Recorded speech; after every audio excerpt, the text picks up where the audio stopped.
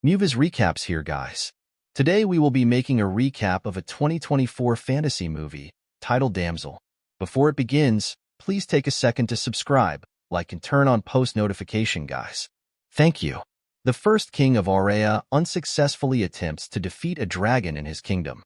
All his men are killed, leaving the king defenseless against the dragon.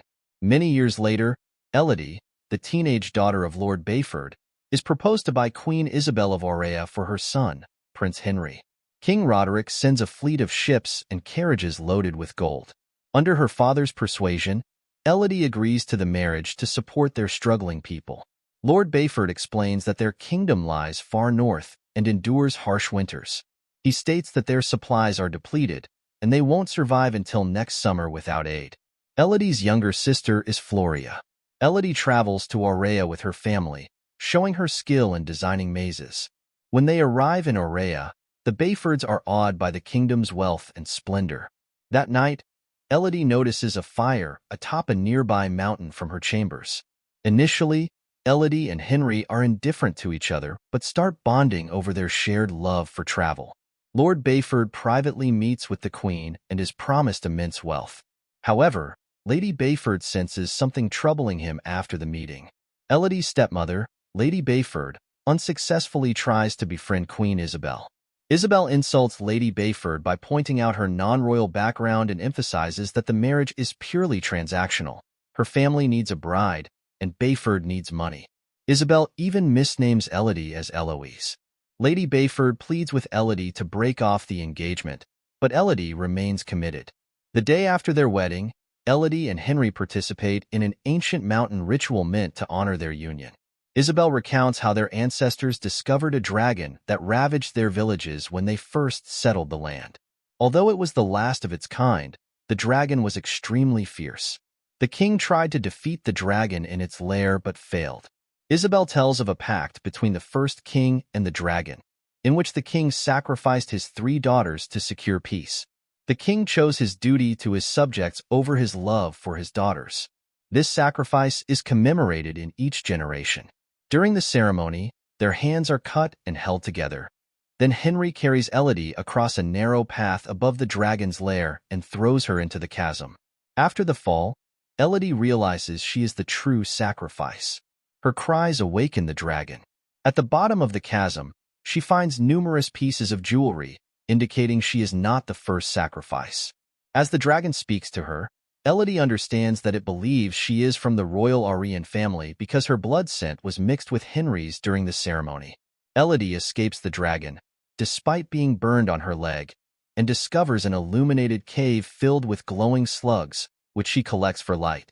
She finds a chamber with the message, "Safe here she cannot reach," along with the names of past victims, Beatrice, Victoria, Artemis, Genevieve, Fatima, Carlotta, and many more, and a map carved into the wall.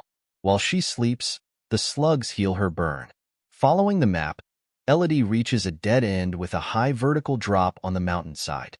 Realizing there is no escape from the dragon's lair, she discovers the remains of dead dragon hatchlings and understands that the royal sacrifices were prompted by the first king killing 3 dragon hatchlings, provoking the dragon's wrath. The first king begged for mercy and promised any price, leading the dragon to demand a royal sacrifice of 3 daughters from their bloodline each generation to maintain peace. A rescue party led by Lord Bayford arrives. Confronted by the dragon, Lord Bayford admits he traded his daughter's life for gold and his people's prosperity but could not live with the guilt. The dragon kills the rescue party, but the distraction allows Elodie to escape the mountain. She takes a horse from the rescue party and hides under a rock as the dragon futilely burns the surrounding area searching for her. The fire alerts Isabel that Elodie's sacrifice has failed, prompting her to kidnap Elodie's younger sister, Floria, as a substitute. After Lady Bayford informs her, Elodie returns to the mountain to save Floria, who is left alive as bait. Elodie creates a distraction to reach Floria, instructing her sister to hide before facing the dragon. She tries to convince the dragon that they were deceived by the Aureans.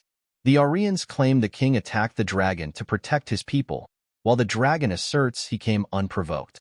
Elodie explains that the blood of the brides and the Aurean royals mixed during the wedding ceremony, making the dragon believe the princesses were Aurian royalty.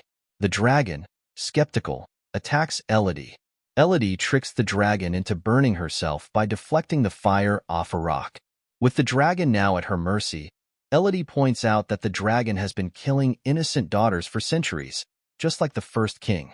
She heals both of them with glowing slugs, earning the dragon's trust and loyalty.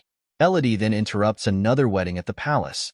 This would be the third princess offered to the dragon in this generation, revealing the Aurian's deceit. She advises the new bride and her family to flee, and the dragon burns the palace with all the Aurian royals and nobles inside.